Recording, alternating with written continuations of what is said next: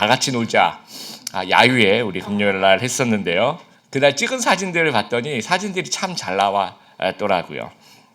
뭐 복장들도 다 이렇게 캐주얼 복장 자유롭게, 뭐 운동화에 그 화장들도 더 굉장히 잘 하시고, 뭐 정말 그 사진 하나하나는 인스타에 올려도 손색이 없을 정도의 그 사진인데, 그 겉모습 말고 실제 체력은 우리가 조금 뛰었다고 온몸에 근육통이 나고요. 저도 한 바퀴도 아니고 반 바퀴 뛰었는데 후유증이 있더라고요. 어떤 분은 진통제 2알 드시고 주무셨다 뭐 그런 분도 계시고, 저희가 그 금요일 한참 하고 있는데 오후에 사역반 친구들이 와서 다음날 휴강하면 안 되겠냐고 간곡하게 말씀을 하시더라고요. 그래서 제 인생에서 야유회 다음날 때문에 사역반 휴강한 건 아마 처음 있는 일이 아닐까 싶었을까 생각을 해봤습니다. 그러니까 평소에 우리가 겉모습은 잘 가꾸는데 그에 비해서 실제 체력은 잘 가꾸지 못하는 그런 모습인 것 같습니다.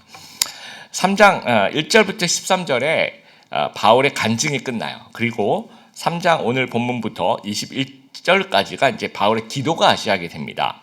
근데 에베소서에 기도가 이제 이게 첫 번째가 아니죠. 첫 번째 기도는 1장에 나오죠. 신령한 복을 깨닫게 해 주시옵소서라는 기도가 먼저 나오고요. 오늘 이제 3장에는 두 번째로 또 기도하는 장면이 나오고 있습니다. 그래서 우리가 읽은 것처럼 14절, 15절 보면 하나님께 무릎을 꿇고 기도한다. 그래서 우리 입장에서는 당연히 그래, 무릎을 꿇고 기도하는 것이 기도해야 되겠지라고 생각할 수 있으나 보통 유대인들은 무릎을 꿇고 기도하지가 않고요. 일반적인 경우에는 서서 이렇게 기도를 합니다. 그래서 누가복음 18장 11절 바리새인은 서서 따로 기도하여 이르되 그렇게 나오죠. 또 하루 3번 이제 유대인들의 공식 기도문인 아미다라는 기도가 있대요. 근데 그 아미다라는 기도는 히브리어로 보면 이제 서 있다라는 얘기예요. 그러니까 기도 자체는 유대인들은 일반적으로 서서 이렇게 기도를 한다라고 생각을 하는 거죠. 그런데 이제 성경에 가끔씩 아주 간절하거나 절박하거나 좀 뭔가 겸손의 또 순종의 기도를 드릴 때 무릎을 꿇는 경향이 있습니다. 열왕기상 18장에 보면 엘리야가 갈멜산 꼭대기에 올라가서 땅에 꿇어 엎드려 얼굴을 무릎 사이에 넣고 이렇게 얘기를 합니다. 지금 바울도 무릎을 꿇고 기도하고 있다라는 것은 아주 간절하게 기도하고 있다는 이야기입니다. 중보의 기도를 아주 간절하게 하고 있는데 그 중보의 내용이 무엇이냐? 여러분이 이런 사람이 되게 하여 주시옵소서, 이 기도를 하고 있는 겁니다. 그래서 어떤 사람이 되게 해달라고 기도를 하고 있냐면 3가지로 기도하고 있는데, 첫 번째는 속 사람을 튼튼하게 해달라고 기도를 하고 있고요. 두 번째는 그리스도께서 마음에 계시게 해달라고 기도를 하고 있습니다. 또 세 번째는 그리스도의 사랑을 깨닫게 해달라고 이야기를 하고 있습니다. 그래서 오늘 그 첫 번째와 두 번째 기도 제목을 좀 우리가 살펴보고요. 그 세 번째는 다음 주에 좀 살펴보도록 하겠습니다. 그래서 16절 속 사람을 강건하게 능력으로 강건하게 하시오며 속 사람을 튼튼하게 하여 주시기를 기도하고 있습니다. 속 사람이 그냥 무슨 말인가, 무엇인가, 또 속 사람을 튼튼하게 한다는 것이 무엇이며 왜 속 사람이 튼튼해야 하는가, 어떻게 속 사람을 튼튼하게 할 수 있을까 좀 같이 살펴보았으면 좋겠습니다. 자, 속 사람이 무엇이냐라고 하면 영어 성경에는 inner being이라고 얘기를 하고 있습니다. 신약 성경에 이 속 사람, 겉 사람이라는 단어는 많이 나오지 않아요. 바울 서신에서 아주 적게 등장하고 있는데 대표적인 경우가 이제 고린도 후서 4장 16절 이거 한번 같이 한번 읽어볼까요? 우리의 겉사람은 낡아지나 우리의 속사람은 날로 새로워지도다. 그러니까 우리의 겉사람과 속사람을 대조하고 비교하고 있는 겁니다. 이 겉사람은 우리 육체에 대한 얘기죠. 우리 육체와 관련된 거. 그래서 우리의 어떤 신체라든지 우리의 신분이라든지 우리의 겉모습 이런 것들을 이제 겉사람이라고 얘기를 하고요. 속사람은 이제 영혼에 대한 겁니다. 그래서 로마서 7장 22절에 내 속사람으로는 하나님의 법을 즐거워하되 이런 말이 있죠. 그래서 이 속사람이라는 말은 우리의 그 영혼이라는 말이고요. 또 하나님의 뜻을 쫓아 살려고 하는 그 도덕적 자아를 얘기하고, 또 믿음이다라고 얘기해도 되고요. 우리 안에 있는 그 신앙에 대한 부분일 수도 있고요. 또 신앙으로 맺어진 인격과 열매를 포함하는 것일 수도 있어요. 또 우리가 이제 보통 멘탈이라고 얘기하죠, 우리가.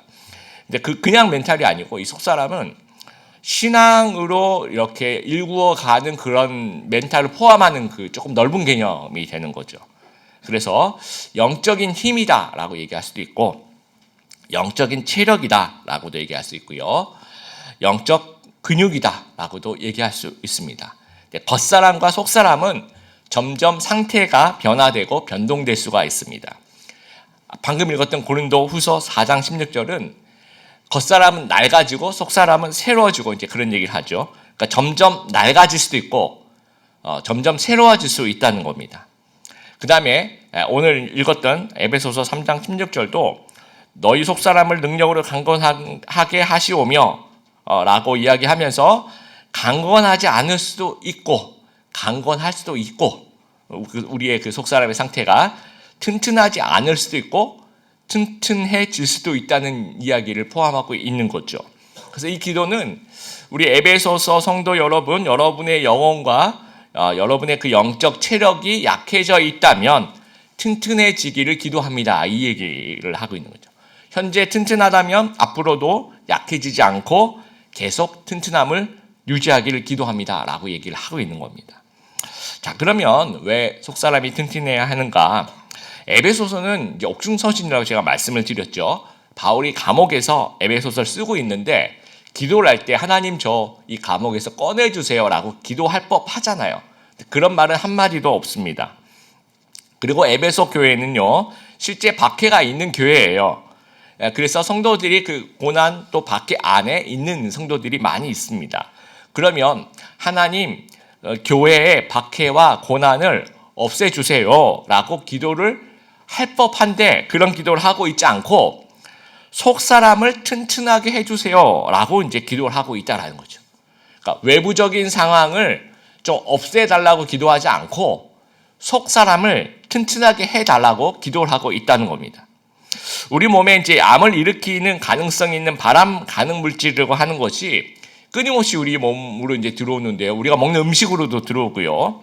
공기, 지금도 이제 공기로도 들어올 수도 있고요. 또 우리가 샴푸라든지 뭐 화장품이라든지 이런 생활용품 속에 뭐 플라스틱이라든지 또 건축 자재에 들어갈 수도 있고요. 뭐 이런 것들을 통해서 종류로 따지면 하루에 한 100종류에서 한 200종류 정도가 이 몸 안으로 계속 이제 지금도 아마 유입이 되고 있을 수도 있습니다. 근데 그걸 종류가 아니라 분자와 입자의 개념으로 본다면 이 수억 개 이상이 이제 우리 몸 안으로 들어오는 거죠. 굉장히 큰일 났습니다, 여러분.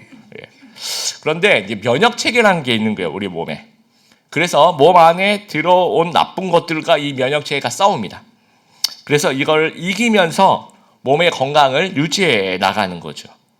그러면 우리 몸이 건강해지려면 제일 좋은 게 이제 무균실로 들어가는 거죠.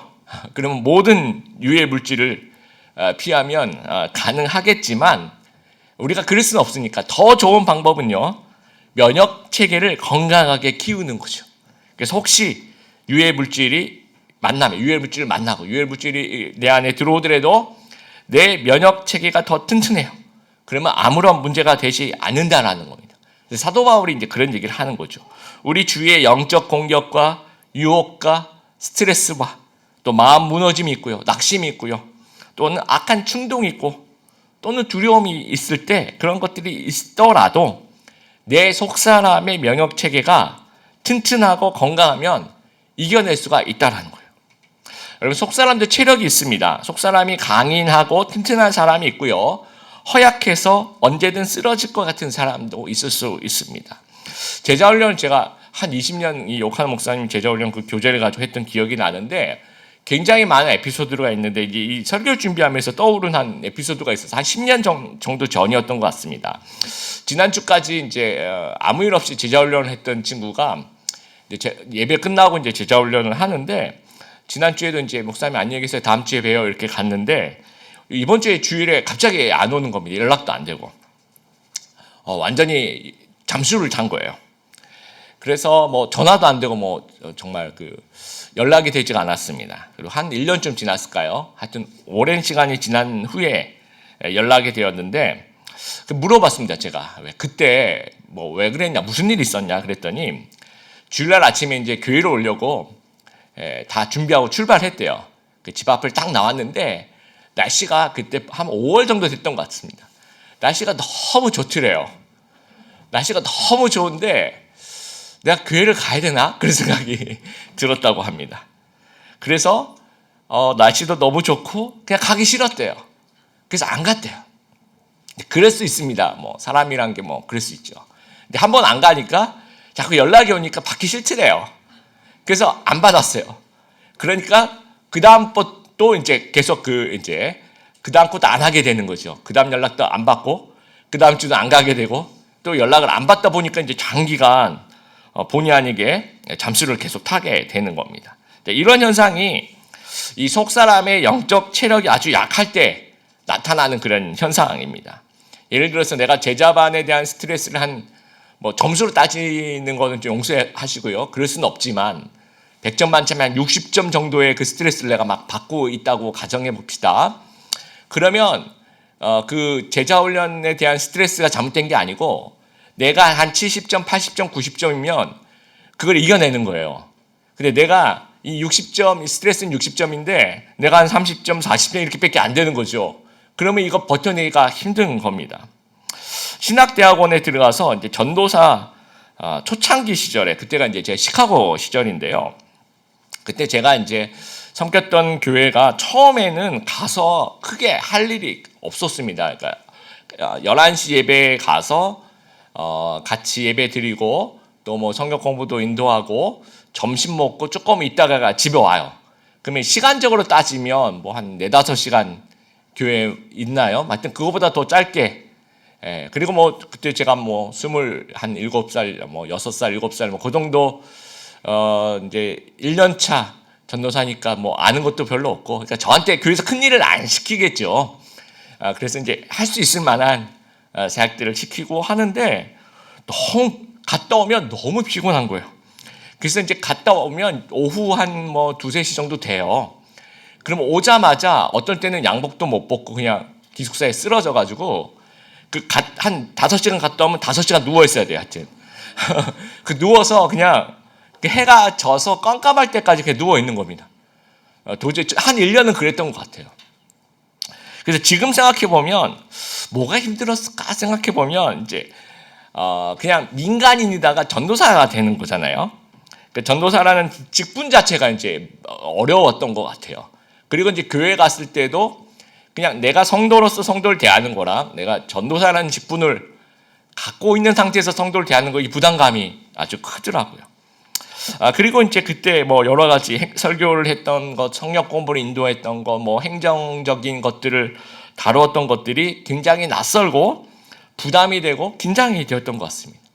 그래서 지금 생각해 보면 제가 이제 속사람이 굉장히 부실했던 거죠. 그 5시간, 4시간을 밖에 없었음에도 불구하고 집에 와가지고 그냥 그 시간 동안 그냥 뻗어 있는 겁니다. 누워 있는 겁니다.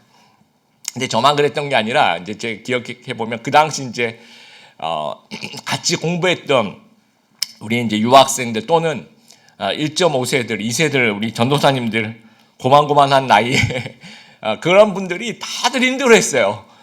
그리고 한 1년 지나면 다들 이렇게 그만두겠다고 막 노래를 부르고 2년이 있었으면 진짜 오래 있었다고 막 서로 격려하고 그리고 이제 하여튼 뭐 좀 분위기가 좀 다들 힘들어해. 물론 이제 교회에서 힘들게 한 부분도 분명히 있었을 거예요.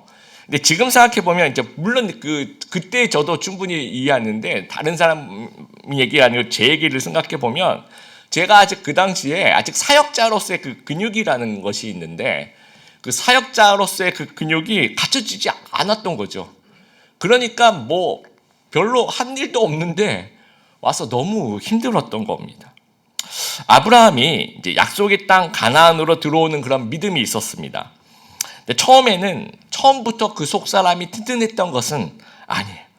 창세기 12장에 보면요, 가뭄이 이제 가나안 땅에 임합니다.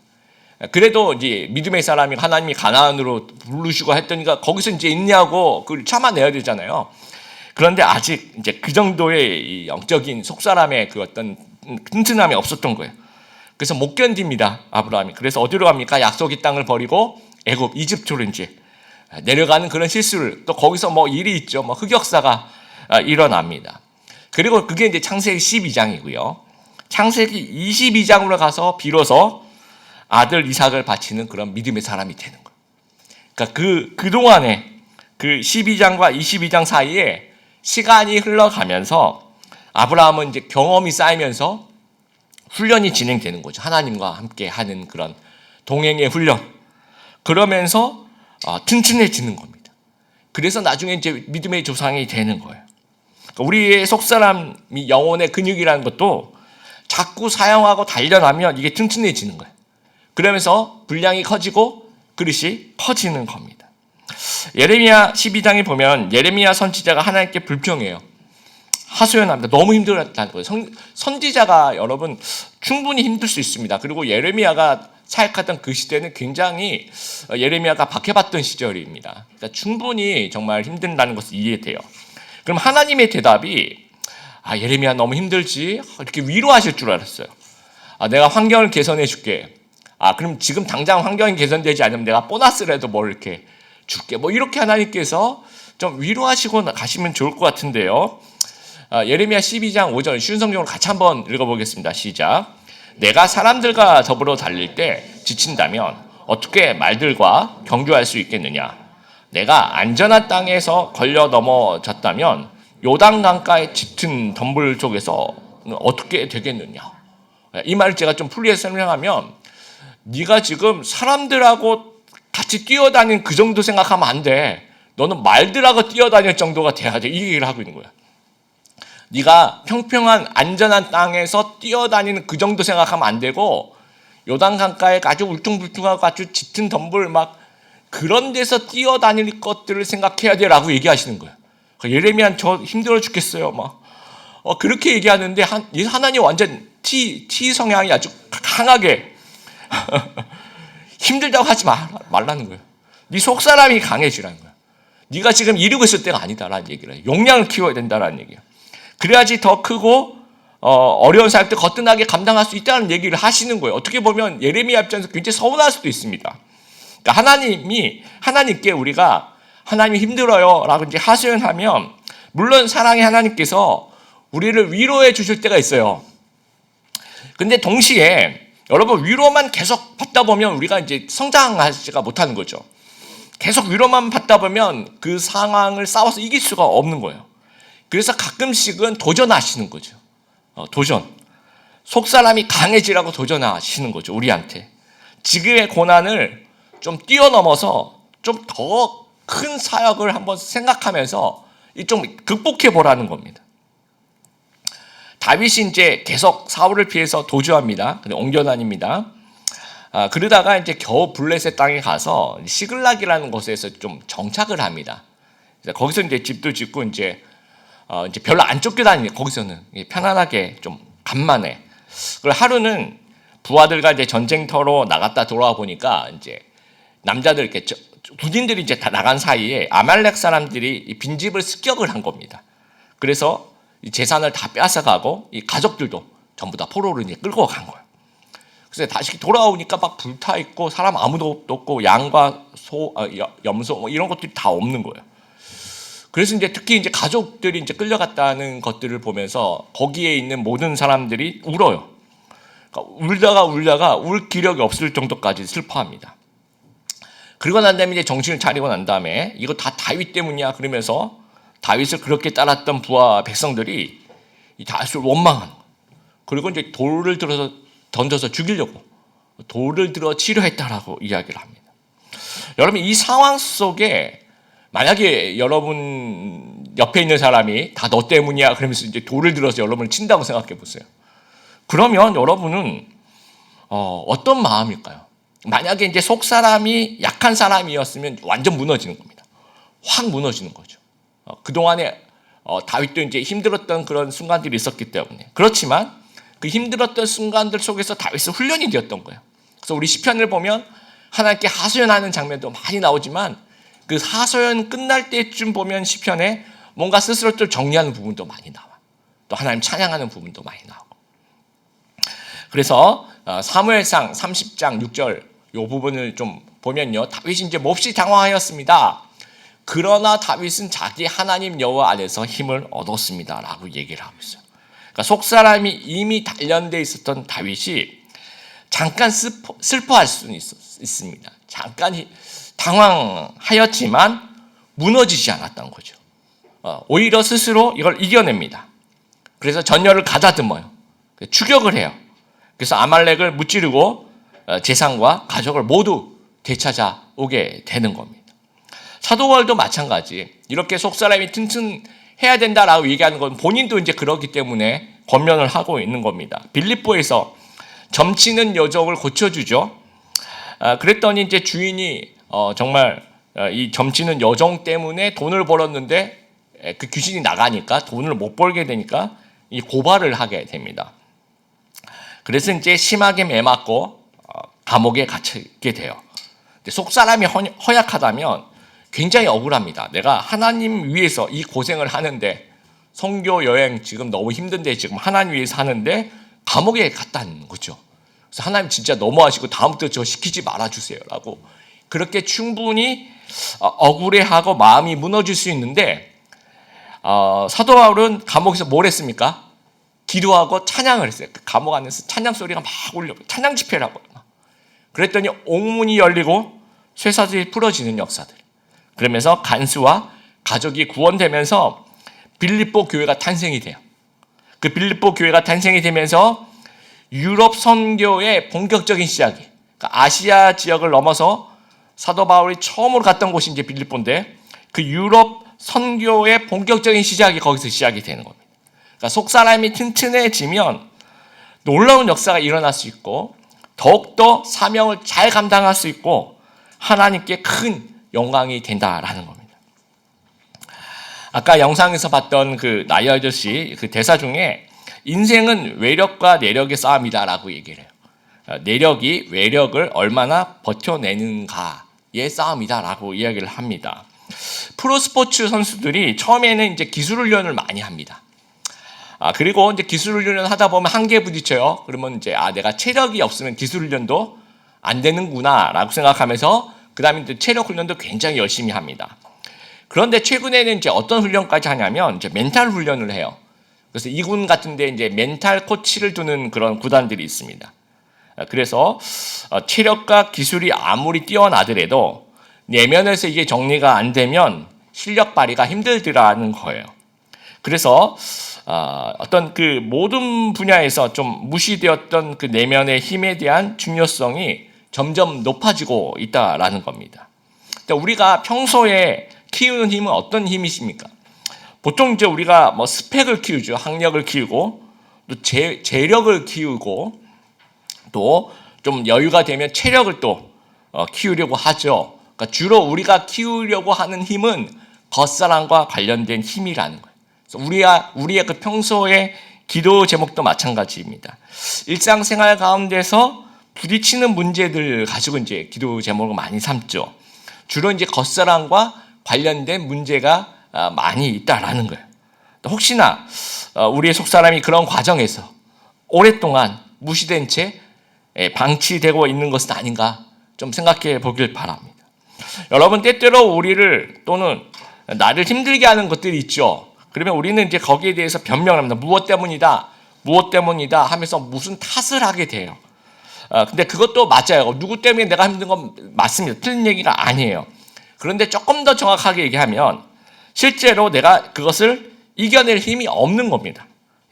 외력을 버텨낼 내력이 부족한 거라고 생각할 수 있다라는 거예요. 그래서 우리 드림의교회 성도 여러분, 여러분의 속사람이 튼튼해지면 영적이고 정신적인 그런 유해 세력으로부터 우리를 보호해낼 수가 있다라는 거예요.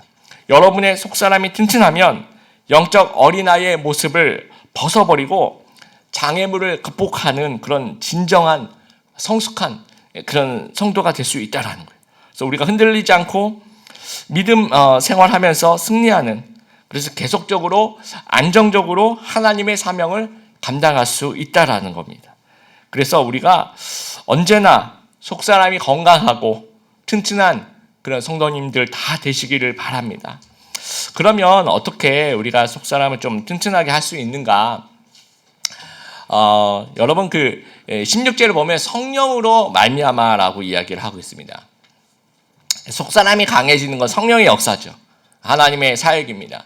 그래서 어떻게 속사람을 튼튼하게 할 수 있을까에 대한 부분들은 성경 속에서 굉장히 많은 내용의 이야기들이 있어요. 하지만 이걸 다 얘기할 수는 없으니까 오늘 본문에서 그냥 힌트 주시는 것들 한 두 가지만 좀 우리가 살펴보면요. 첫 번째, 하나님의 임재와 능력을 의존할 때 속사람이 튼튼해질 수 있습니다. 우리가 아까 17절 믿음으로 말미암아 그리스도께서 너희 마음에 계시게 하옵시고. 자, 이 말이 어떻게 보면 당연한데요. 좀 이상할 수 있습니다. 자, 여러분 이 기도에 대한 부분을 또 이 에베소서를 에베소 교인에게 보내고 있잖아요. 그리고 우리 만약에 드림에게 성도님들한테 얘기하고 있다면 여러분 예수님 믿으면 성령 하나님이 우리 마음속에 들어오시죠. 이것을 성령의 내주라고 하는 겁니다. 그래서 성령 하나님이 이제 내 마음속에 계시는 겁니다.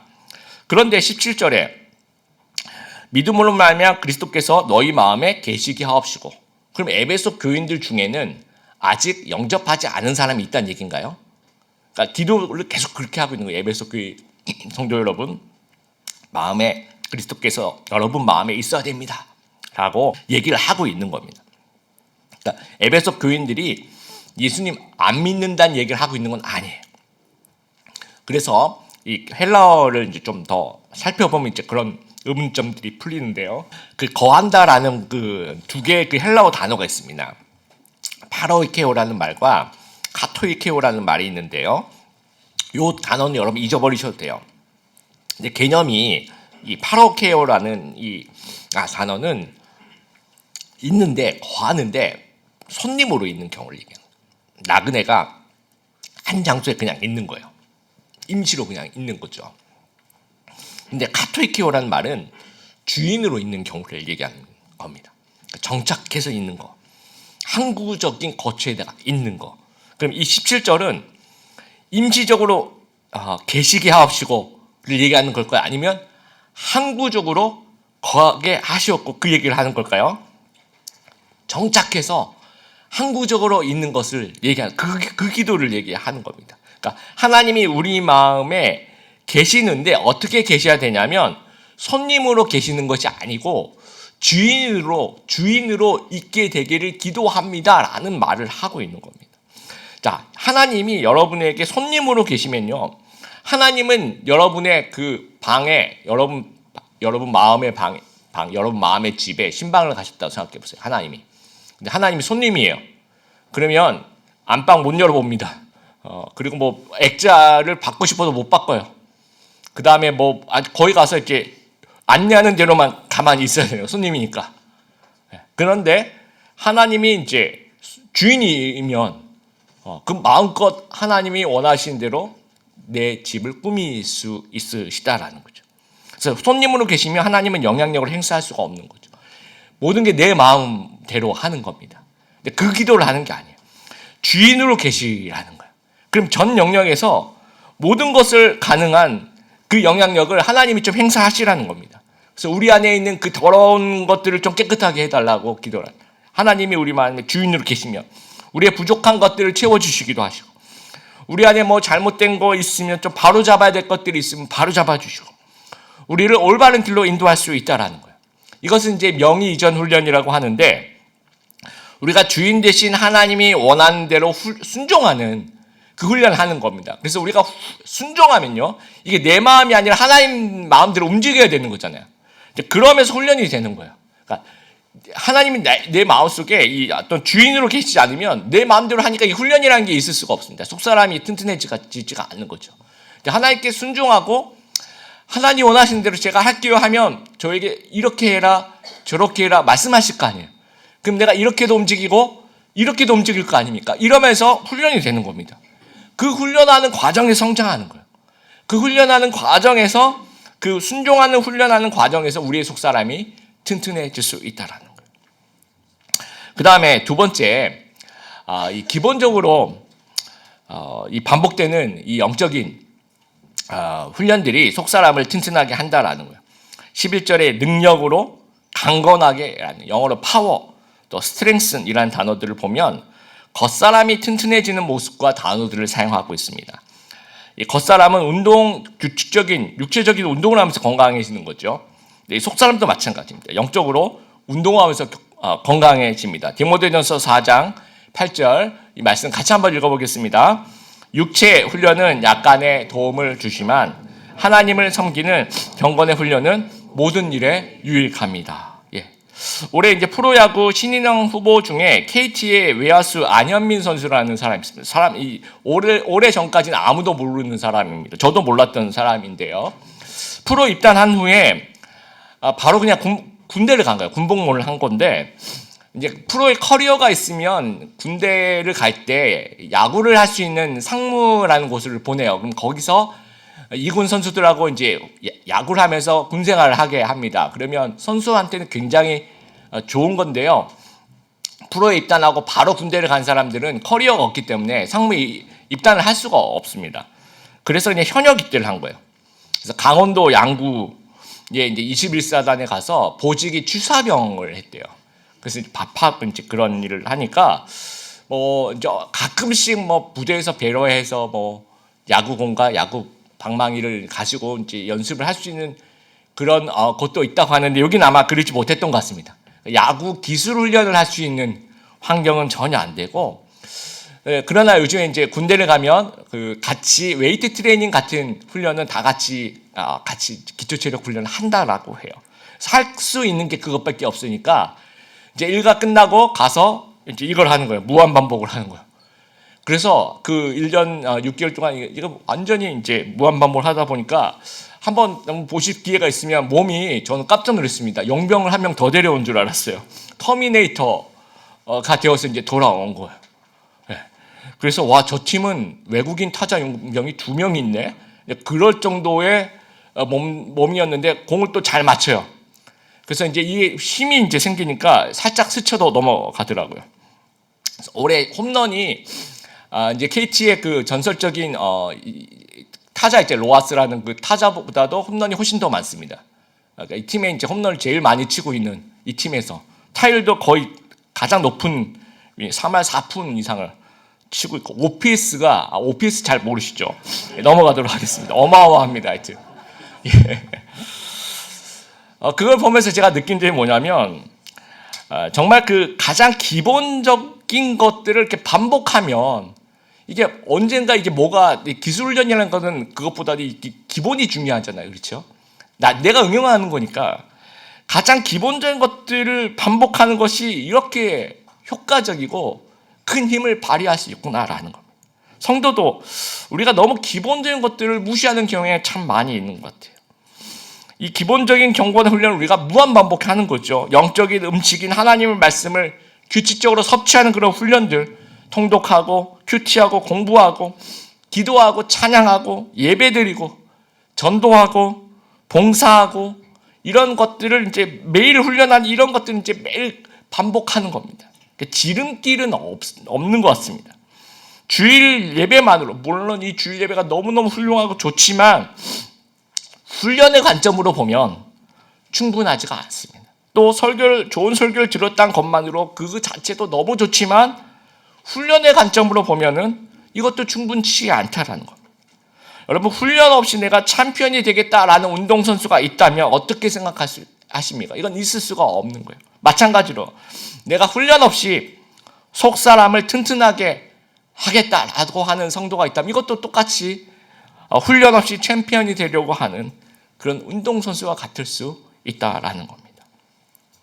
말씀을 마무리합니다. 여러분, 사도 바울이 지금 기도하고 있는 대상이 에베소 교회에 계시는 목사님들 튼튼하게 하십시오, 이 얘기하고 있는 게 아닙니다. 에베소에 있는 장로님들, 여러분들이 튼튼하게 하셔야 될 중직자들 잘 하셔야 됩니다, 그 얘기를 하는 것이 아니라 그냥 모든 성도들에게 대한 얘기를 하는 겁니다. 우리 모두 다 마찬가지라는 거예요. 그래서 우리 성도님들의 그 속사람, 영혼의 체력, 근육은 어떻습니까? 튼튼하십니까? 아니면 연약합니까?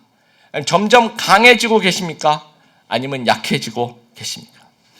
여러분, 세상은요 힐링을 원해요. 마사지 하는 거죠. 이게 마사지 하면 잠깐 기분이 굉장히 좋습니다. 근데 그 다음날 어때요? 여행 가셔서 마사지하고 그 다음날 또 하루 종일 이렇게 돌아다니시면 그날 밤에 또 이제 생각이 나는 거죠. 또 마사지를 받고 싶은 거예요. 근데 성경은 힐링을 얘기하지 않고 건강을 말하고 있습니다. 체력을 얘기하고 있고 튼튼함을 말하고 있습니다. 그러니까 그 일시적인 그 마사지 하려고 하지 말고 운동하라는 겁니다. 성경에서 얘기하는 것이 우리한테 그런 도전을 하고 계시는 겁니다. 우리 성도 여러분, 우리 속사람과 우리 영적인 힘, 영적인 내공을 가지고 튼튼하게 그것을 갖고 나가면서 그 우리에게 주어지는 그 어떤 일도 이겨낼 수 있는, 잘 감당해내는 귀한 하나님의 백성들 되시기를 주님의 이름으로 축복합니다.